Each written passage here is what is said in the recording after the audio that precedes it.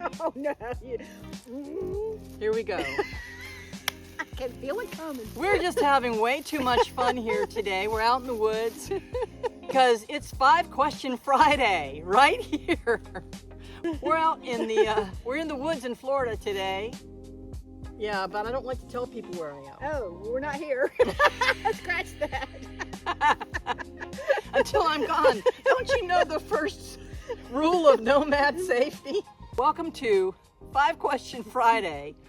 Why don't you go ahead and introduce yourself? I'm Ronda Lee Johnson. I'm from North Carolina. All right. Now, are you a full-time or a part-time nomad? Part-time. Now, what kind of vehicle do you have? Your make and model? I have a 2023 Ram 1500 pickup truck with a topper that I use as my camper. Okay. What inspires you to have that kind of a setup as opposed to something else? Well, I'm a kayaker and I needed something that I could, and I like to tow trailers. So I have a kayak trailer that is it's a gear hauler, so I can tow about 1,000 pounds very easily and not even know it's back there. Oh, wow. And I can take more than one kayak. So I didn't want anything like I love a van idea, but it's too tall for me to get the kayak on top. Okay. So what I have now with the Hullivator, it works perfectly. What is that called? A what-avator? Hullivator. Hullivator. And I can show you how it works. And it's a kayak rack? Okay, And very it good. has pistons, so it's a load assist. Oh. So your whole rig is built around the kayaking experience. But you've got to sleep comfortable and be comfortable. So you put a capper on it, and you're sleeping and camping inside the capper. Now you have a tow vehicle behind it, right? I have the trailer, the little gear trailer. Right, which is your tow vehicle. You're towing that. Oh, yeah, yeah. Yeah, and what is that? You said it's a gear hauler? It's a space trailer. I bought it in 2014 from a company in Minnesota. It's veteran owned. And they shipped it to me. They make shipments all over the country, and mine was one of several. Really? So they shipped it to me when I lived in Charlotte. Interesting. Yeah. So you can obviously pack quite a bit in there. Yes. What is your most favorite thing about nomad life? What do you like the most?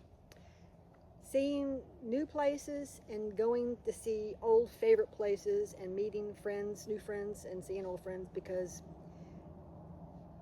friends are everywhere when you're on the road. We met. We just met. And every time I'm on the road, I meet wonderful people. There's a lot of sisterhood. Now, what is your least favorite thing about the nomad life? It's tiring and looking for places to stay, although this time it's been relatively easy. But sometimes it's not so easy to find a place to stay. I travel and I don't plan ahead a whole lot. Okay. So it's more spur of the moment. Right. I have done my share of staying in Cracker Barrel parking lots. Oh my. And so that's my least favorite thing. Okay. If you have any advice to give anyone who's considering taking the plunge into nomad life, what would it be? Try it out close to home first. Go away to your local state park or campground. Try it close to home first. Do that 2 or 3 times to dial your setup in. And to get familiar with it. Don't just go on the road and then figure out things as you go, because I found out it's easier to do it locally and dial it in so you're more comfortable when you go for long distances. And that makes more sense, because if you're close to home and something goes sideways, you're not like 500 miles away. Right. You're in a place that's familiar. Yeah. And this isn't an official question, and I know technically I have asked more than 5. But inquiring minds want to know. So for the unofficial question, would you mind sharing one piece of wisdom that you've picked up along the way in your travels? And you've been around the country quite a bit. How many times did you say you've been back and forth and up and down? 14. 14 times. I started traveling in 2015 when I moved to Oregon. And long story short, I started traveling and I met several people that were doing get-togethers, and I loved it. And the bug bit, and here I am. I love it. So what would be your one piece of hard-earned advice as far as wisdom goes? I mean, obviously you've been on the road for quite a while, and I'm sure you've picked up something along your travels. Have a reliable vehicle, and have AAA, and have, that's my number one thing, is to have a reliable vehicle and to have a backup plan with AAA, somebody that can come and get you, although they won't come get you if you're off on the dirt road somewhere. You have to be on the pavement. And they also come and get a bicycle. If you're out riding a bicycle on a rail trail, they'll come and get you. They have a plan for that. And so basically it's to have a reliable vehicle. And let's just say you're out in the middle of nowhere. AAA won't go there. Do you have a plan B?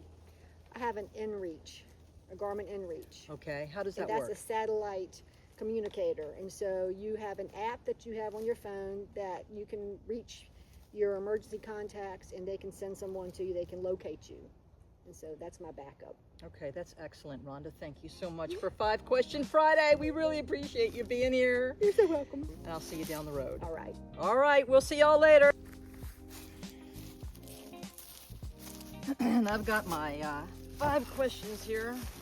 All right, so now where are my notes? I'm your first victim. She's my first victim. And it's gonna be fun Oh, Lord. All right. because it's 5 Question Friday.